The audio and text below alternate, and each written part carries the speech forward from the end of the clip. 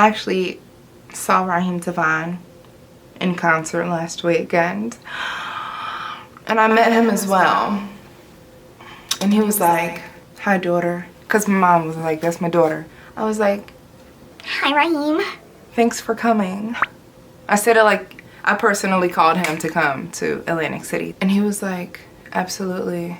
Sorry guys, I had to get that out the way. Yes, it is pop-up season, it is vendor event season, it is bake sale season. It's time before it gets too hot, because when it gets too hot, I'm gonna have to just sit on back for a little bit.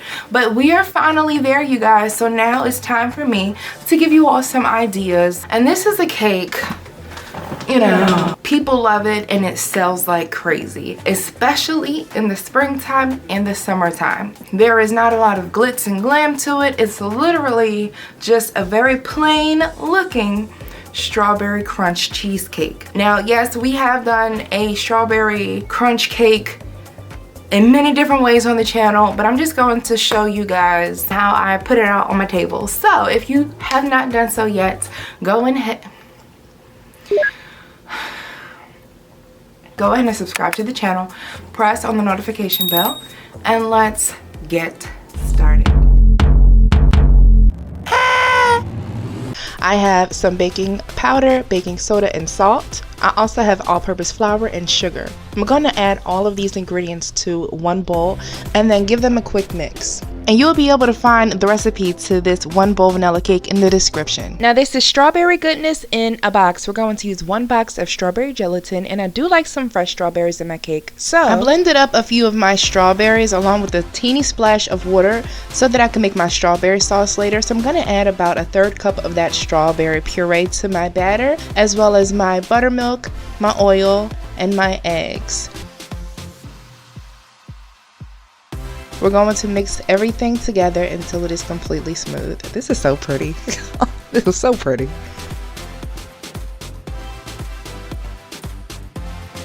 I'm going to divide the batter between 2 8-inch cake pans and bake them at 350 degrees for about 25 minutes or until a fork inserted comes out clean. Now we're going to move on to those strawberry crunch crumbs. I do have a whole separate video on how to make delicious strawberry crunch crumbs.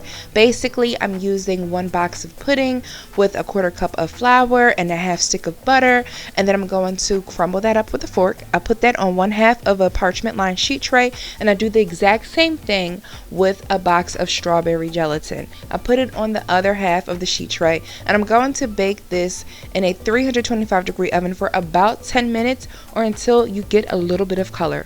Once it cools down for a couple of minutes, I'm going to put this in a food processor, and I add in some golden Oreos or vanilla sandwich cookies, whatever.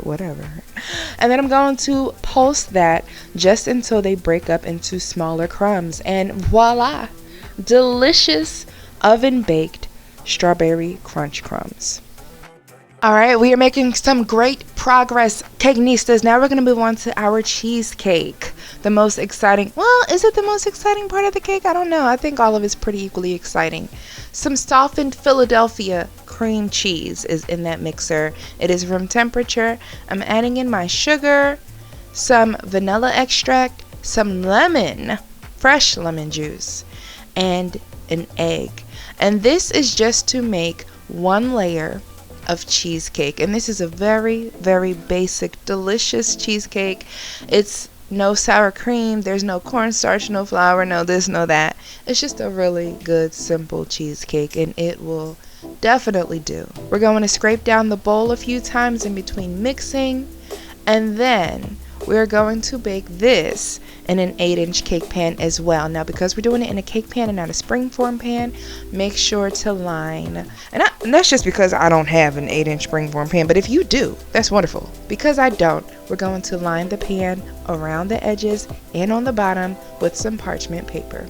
Alright, this is going to go into a water bath, and then this is going to bake in a 350 degree oven for about 45 minutes. When that is done, I like to cool it overnight, and then we can actually move on to the assembly of the cake. Yes, this is a cake made with love. My cakes, my cheesecakes, everything is nice and cooled. It is ready for assembly. I'm ready to go. Finally, after all of that, you're just excited to be actually building a cake at this point. Of course, I have some cream cheese frosting here. I will definitely leave the link in the description to my cheesecake frosting video. Now let's carefully remove that part. Oh, that's so annoying.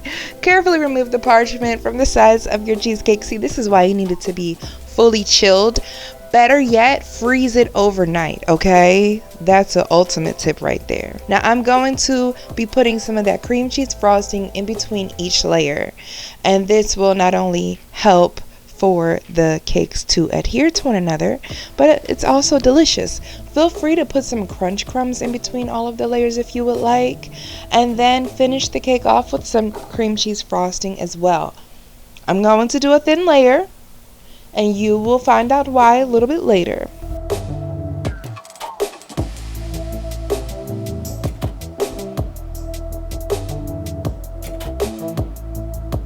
I have 12 boxes that I'm going to be using for the packaging, and I purchased these from off of Amazon. You can also find some on Walmart. You can find some on Shein.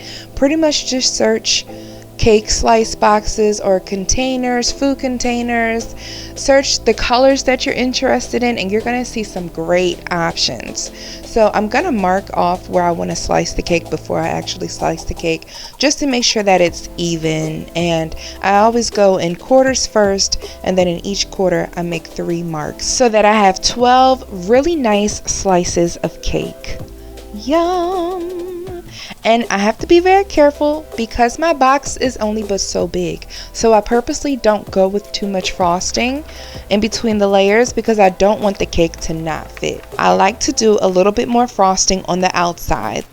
I had immediate regrets when I piped that frosting in the way that I did. I also think that I was like running low of frosting and butter altogether. I was like, nope, it's gonna sell. It's still beautiful. They're gonna love it. Calm down.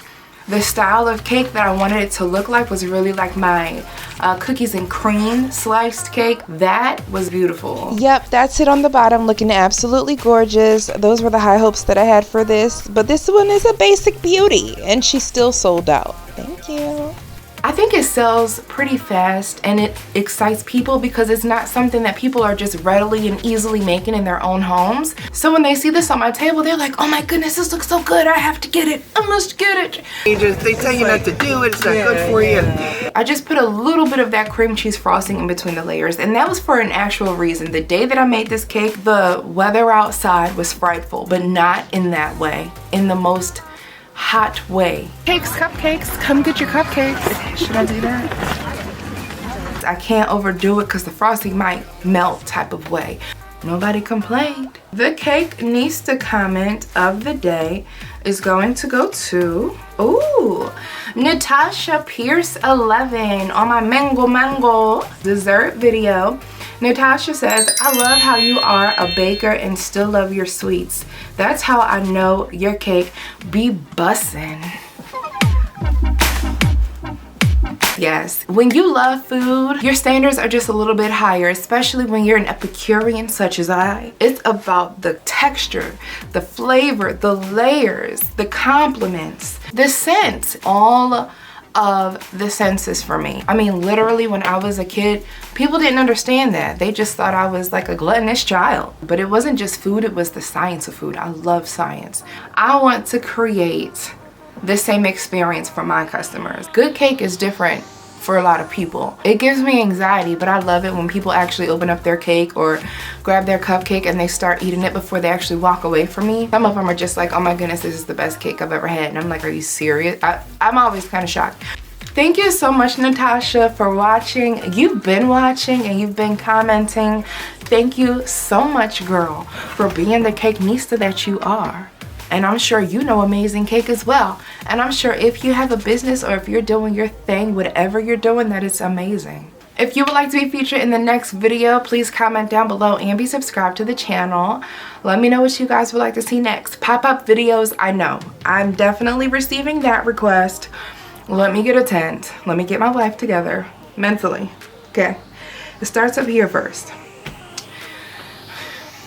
Because when my tent blew on my car last year.